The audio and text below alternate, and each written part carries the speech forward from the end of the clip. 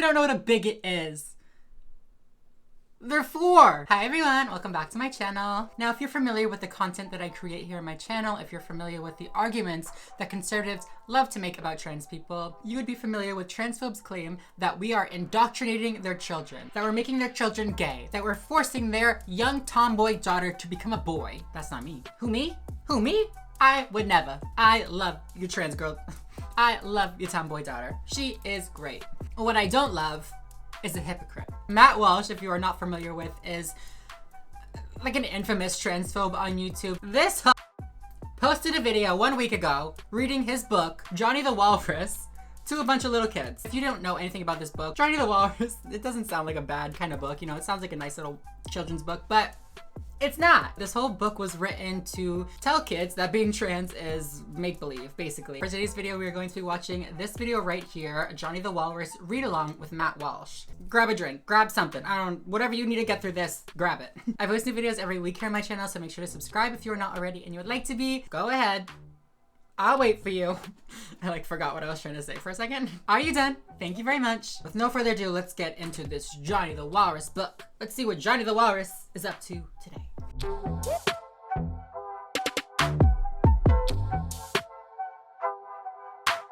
Hello, boys and girls. My name is Matt Walsh. I am a children's author, and I've written a book called Johnny the Walrus. This book is all about identity and imagination. What is identity? Does anyone know what identity means? No. He's like, this book is about identity. All the kids are like, identity who? It's about what? I thought this was about a walrus. I came to hear about Johnny. Where is Johnny? It's who you are, right? That's what it means. Now, who likes to pretend to be things? Is there anything you like to pretend to be? How about in the back? I like to pretend to be A ninja. That's a good one. What about you? I think it's like, I don't fucking know. Sometimes I use my imagination. I pretend to be a monster. I chase my kids around because I'm big and ugly, so I could be a monster. That you are. His words, not mine. I didn't say it. It's all about a boy who pretends to be a walrus. He identifies as a walrus, and his mom's a little silly. She takes it seriously and thinks he really is a walrus. All right, do you understand the comparison that's going to be happening here? He's like, this book is about a little boy who thinks he's a walrus, and his mom, you know, also is convinced that he's a real walrus. Do you get the correlation? It's gonna be about a little boy that thinks he's a girl or something, and the mom is convinced that he's a real girl. How creative. How did you ever come up with such a creative, powerful analogy for children who don't understand what you're talking about? What is this thing doing on the floor? We don't have to worry about that. We're gonna read the book now. This man has never met a kid in his whole life. Never interacted with one child. He's like, I don't give a sit down, we're gonna read the book. I'm here for half an hour and then I gotta go, so sit down so I can film, okay? Thank you, brat. Johnny's a boy with a big imagination. One day he's a dog, the next day a crustacean. It's like a crab or a lobster. Oh my god. We're on page 1, you already have to define words for them? You think they can read the word crustacean even if their parents read it to them? Do you think they know what a crustacean is? The frame of them all so confused already, like, a crust who? An Uncrustable? One morning he came downstairs barking and clapping. Wood spoons for tusks and sock fins a-flapping. Johnny's mom loves her son's make-believe time. You're Johnny the Walrus till you change your mind, Mommy says. But Johnny's mom's phone said it's not just pretend. So she went on her phone and there were people telling her that this isn't pretend, he's really a walrus. Only a bigot would say that. How dare you offend? What's a bigot? Anybody know? Kids are, I don't know how old these kids are. I'm not good at estimating age, but they don't know what you're talking about. You don't see their face? Did he run this past like an actual children's author and be like read it to a kid and see what they thought before he published it? I think he just went for it. Of course they don't know what a bigot is. They're for. I mean, it does make sense that he would go for children because, you know, they have the same capacity for intellectual thought as him. Like, babe, if you're gonna write a children's book, write it for children. Write it using words that they understand and that they know and that you don't have to explain for them to understand what you're trying to say through your book. But whatever, let's keep going. Mommy was told to take John for a checkup. All these people are holding signs. Johnny is a real walrus, one sign says. Human walruses are real walruses. Let Johnny transition, all these people are saying.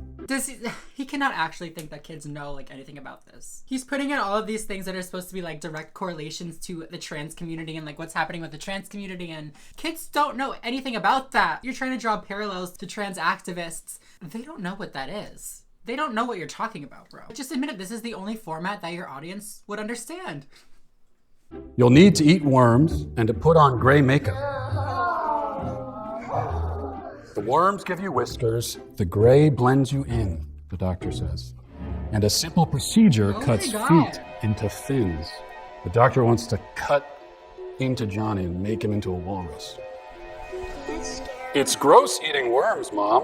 They're all so dang twitchy. He doesn't want to eat worms. Our children's...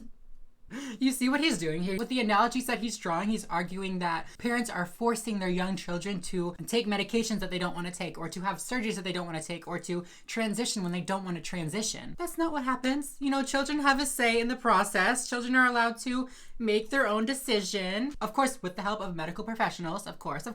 But like this whole part that Johnny's like, I don't want to eat worms. That would be the end of it. That's the end of it. Johnny doesn't want to eat worms. No worms for Johnny.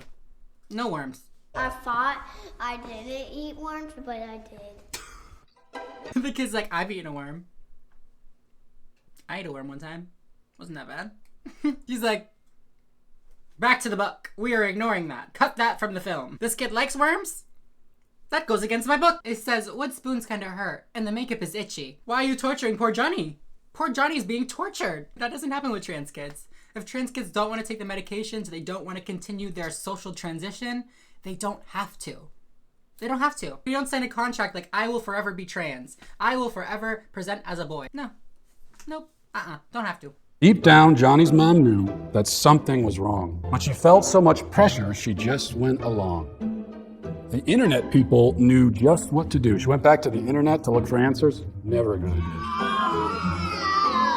Are these like actual reactions? Like it feels like very much like, do you guys like broccoli? And they're all like, no. And they're like, get it, get that, clip it. They know that much about online stranger danger that they have to all cheer no when somebody goes online to look for answers. And also, what's so wrong about going online to look for answers? What's so wrong about going to the most vast source of information that we have to look for answers? So you're not supposed to go to medical professionals. You're not supposed to look online for answers. You're not supposed to believe your child. So we're just supposed to believe the author of this fucking bullshit child's book. You? No, thank you. And Mommy was told to take John to the zoo. Now she's going to take her son to go live at the zoo like he's a real walrus. I don't want to live at the zoo. When Johnny arrived, the walruses grunted. I don't understand. What is this zoo? When I transitioned to a woman, I didn't start living somewhere else or like change my home habitat or something. I don't understand that comparison. My boy's a real walrus. His growth was just stunted. But she really thinks this kid is a walrus. But he's not. No. I like him. He said trans rights. He said, but I thought he was a walrus. Trans rights. Shout out to you, kid. The zookeeper thought, what's she talking about? Ma'am, that's just a boy with wood spoons in his mouth. Transphobic. Now he's the voice of reason. See, like, that response is not that response. That did not come there. They're all cheering because he was the voice of reason. They don't even know what the fuck is happening. He was confused if he was actually a walrus or not. But if I believe that, they'll say that I'm phobic. Phobic? For all you people out there with young children, can you just do me a favor? Can you ask them if they know what phobic means? Just ask them. Put in the comments. I need to know if any kid knows what the word phobic means. Protecting your son, ma'am, is what's most heroic. At last, Johnny's mommy was able to see that Johnny's not what he's pretending to be. Now mommy ignores the mean things on her phone while Johnny pretends he's a bird flying home. The end. Oh, thank God it's over. Oh, finally.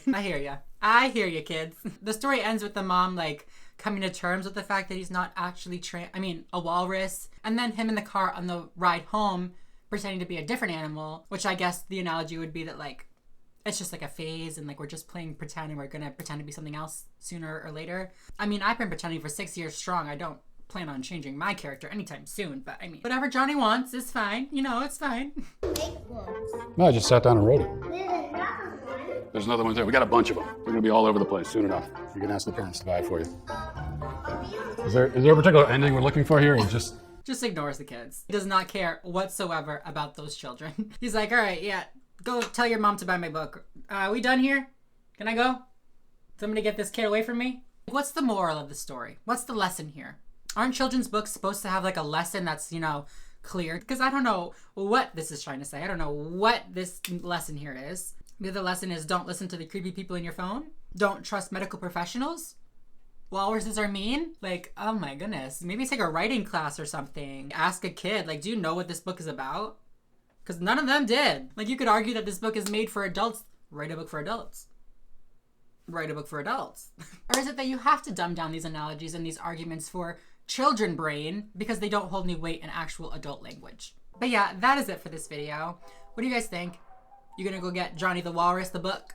You're gonna read it to your kids? Honestly, go for it. They're not gonna know what's going on anyways. If you guys like this video, please make sure to give it a thumbs up down below. I post new videos every single week here on my channel, so if you guys are not yet subscribed and you would like to be, go ahead and do that right now. But yeah, other than that, I think I'm going to go. So thank you all so much for watching, and I will see you in the next video. Bye, everyone.